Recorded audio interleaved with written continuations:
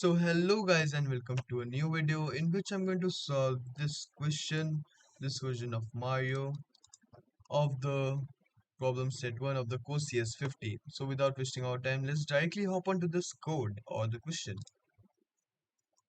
So if some of y'all have already read the question, we have to get an input from the user, and if the user have given an input of 3, we have to give this particular pattern as an output, or if the person have given the input of 8, we have to give this particular type of output whose height will be 8.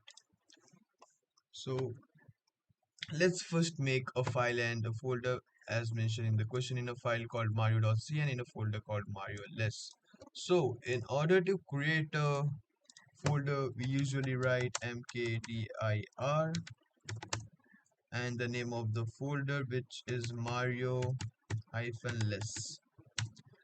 And in order to get inside this folder, we will write cd mario hyphen less. And as you can see, we are inside this folder, and in order to create this file, we will write code mario.c. And as you can see, a file named mario.c have been created. So the first thing which we usually do is write hashtag include standardIO.h, and next we'll write int main void.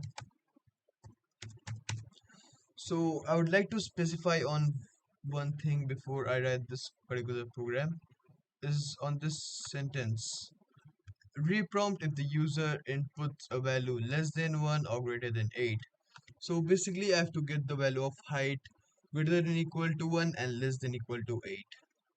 So if I've or if in any case the user have given an input of string or any other number which is less than 1 or greater than 8, I have to ask the question again.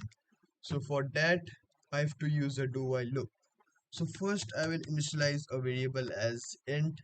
This n is a variable which will store the value of my height. And next I'll write do n is equal to. Now in order to get input, which is an integer from the user, we have to use this particular function get int.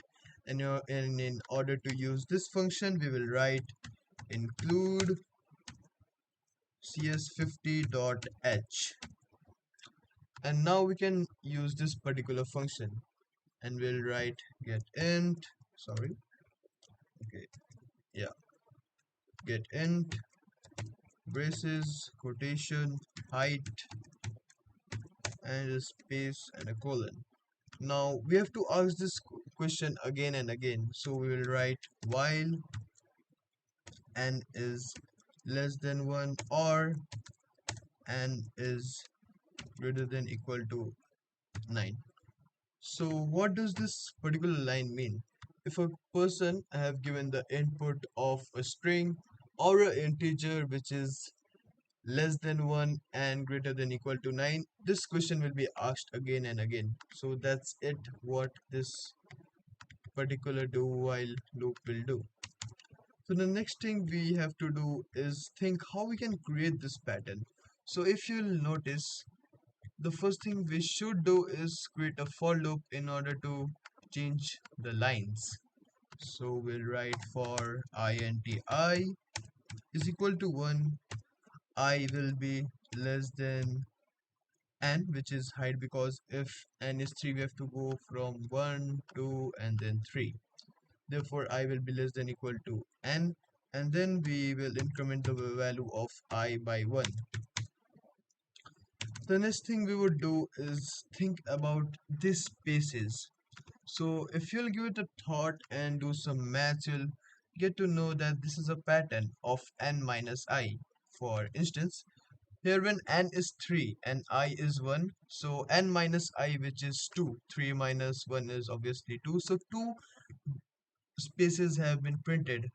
In the next case, when I is 2, 3 minus 2, which is 1, 1 space is created.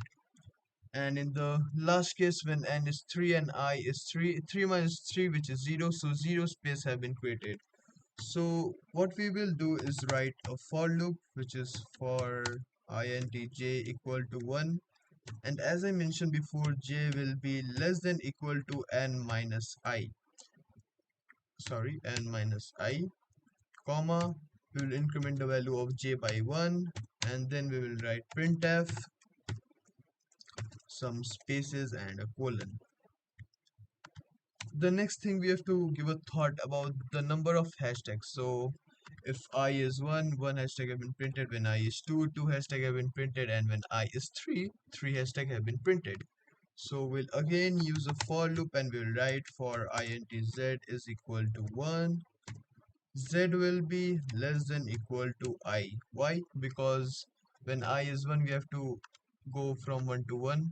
When I is 2, we have to go from 1 to 2. And when I is 3, we have to put the value of Z from 1 to 3.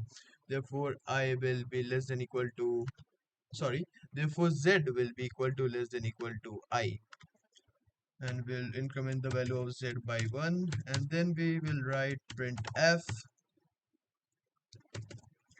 and a hashtag.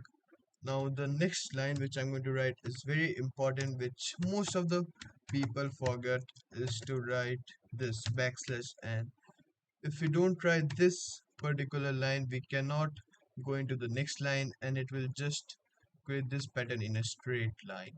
So this particular line is really important. I forgot to add a semicolon here.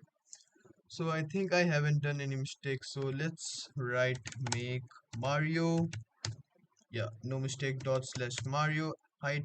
So if we give a height of hello, it will again ask me. If we give j, if we give a, if we give b, if we give 10, which is more than equal to 9, it will ask me again. If we give 0, if we give 0 0.1, if we give 100, it will ask me again.